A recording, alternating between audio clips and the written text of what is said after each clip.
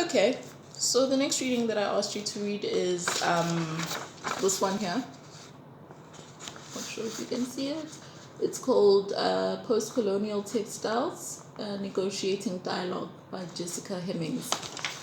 Okay, and you're required to read page 32 to 37. So again, here I've picked up some important bits. All right, so the first thing on page 32 is that it says Yonika Shonibare, the British-born Nigerian artist. Okay, so that starts to challenge the art and craft debates because his heritage is Nigerian, but he's born in Britain, and then he acquires formal arts education in Britain. So where the debate says, a high artist is one who's trained formally in art, but also one that lives in Europe and who's white. Yonibare didn't spend most of his childhood in Europe, and he's not white. So he already starts to shake those binaries between art and craft. Okay. Again, to reiterate, later on in that same page 32, there's a quotation by Shonibare, and he's talking to his tutor, and his tutor says this: "You are African, aren't you? Why don't you make authentic African art?" I was quite taken aback by this, but it was through the process of thinking about authenticity that I started to wonder about what the signifiers of such authentic Africanness would look like.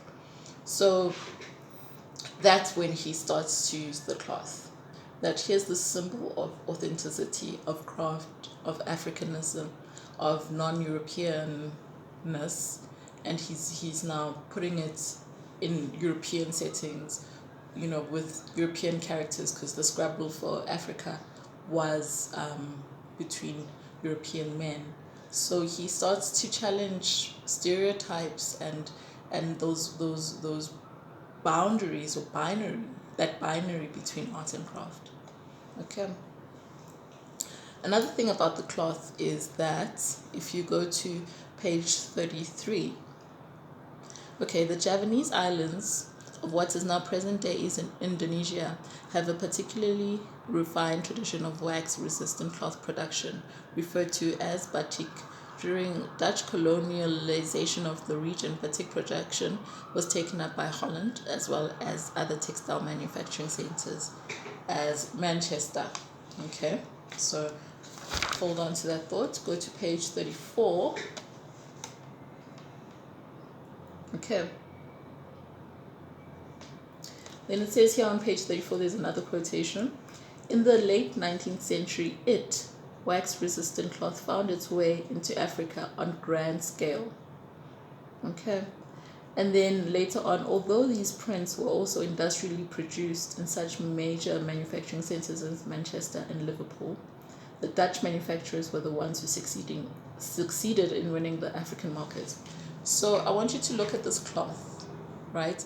Besides the element of sewing that Shonibare brings in, the actual cloth itself is considered craft, because here it says it's made on a grand scale. It's industrially produced. It's repetitive. It's what Greenberg would call popular culture. It's kitsch. Anyone can have access to it. So already this cloth is not identified as high art. It's identified as craft. Okay, and then mixed with the sewing is another element of craft. All right. Okay, and then if you go to page 35,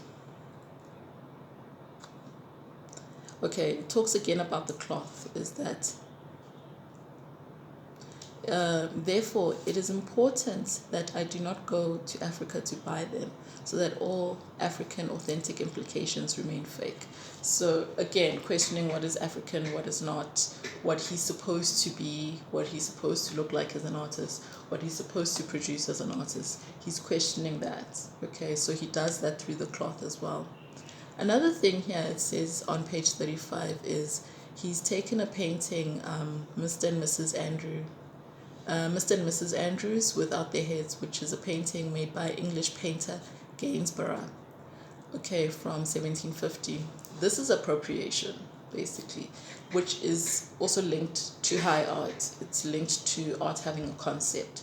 where you take something that has already existed and you take parts of it to refer to certain parts of history, and then but you put other elements in it.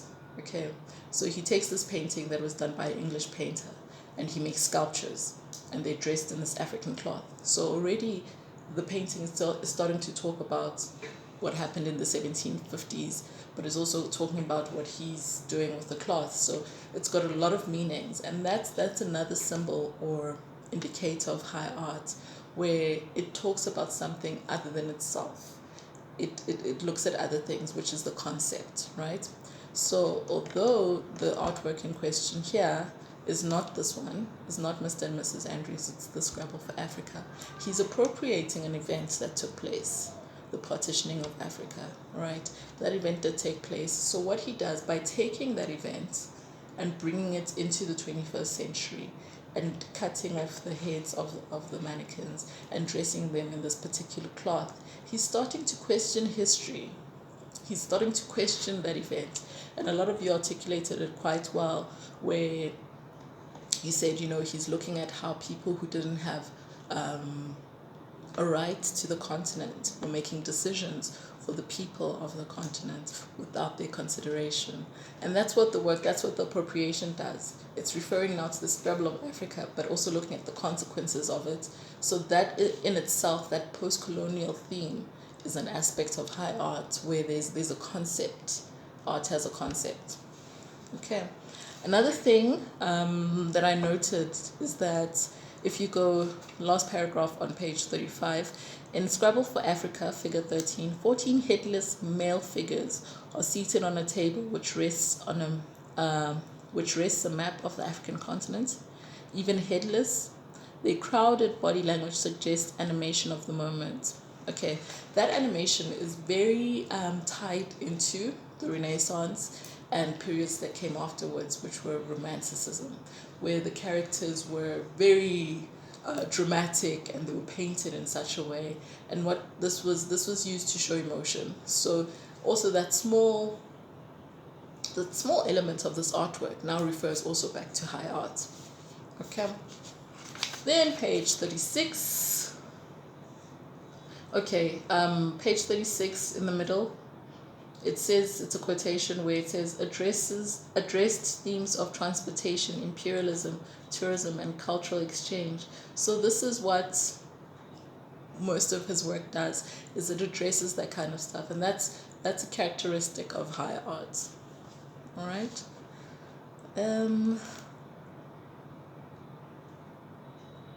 That's pretty much it. So there's nothing really important here on this last page.